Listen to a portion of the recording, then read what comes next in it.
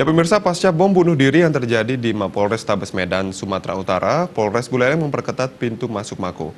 Setiap masyarakat yang masuk ke Mapolres Buleleng diperiksa barang bawaannya untuk mengantisipasi terjadinya hal-hal yang tidak diinginkan.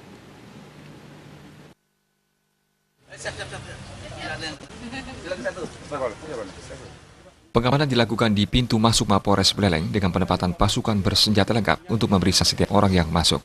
Pemeriksaan dilakukan di masyarakat yang hendak berurusan dengan Mapolres Buleleng, terutama pengurusan SKCK. Sebanyak 26 personel gabungan dikerahkan untuk melakukan pemeriksaan selama 24 jam hingga situasi dirasakan kondusif kembali.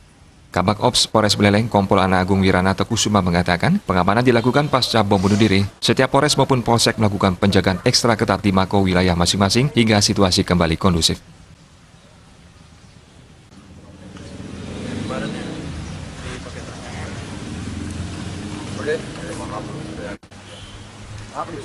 Kalau bisa di ini dulu, kita tunggu lah. Ada yang melihat ya.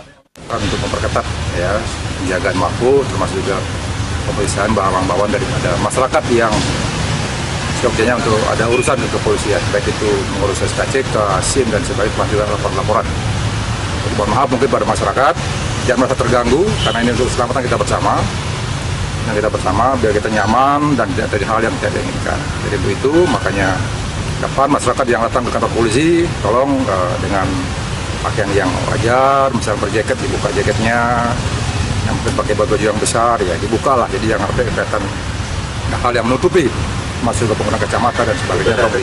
Warga yang datang tidak hanya diperiksa barang bawaannya, namun juga diminta untuk melepas jaket dalam pemeriksaan. Penyebabnya adalah pelaku bom bunuh diri yang terjadi di Mapolres Tabes Medan menggunakan jaket ojek online. Komang Yuda, Bali TV.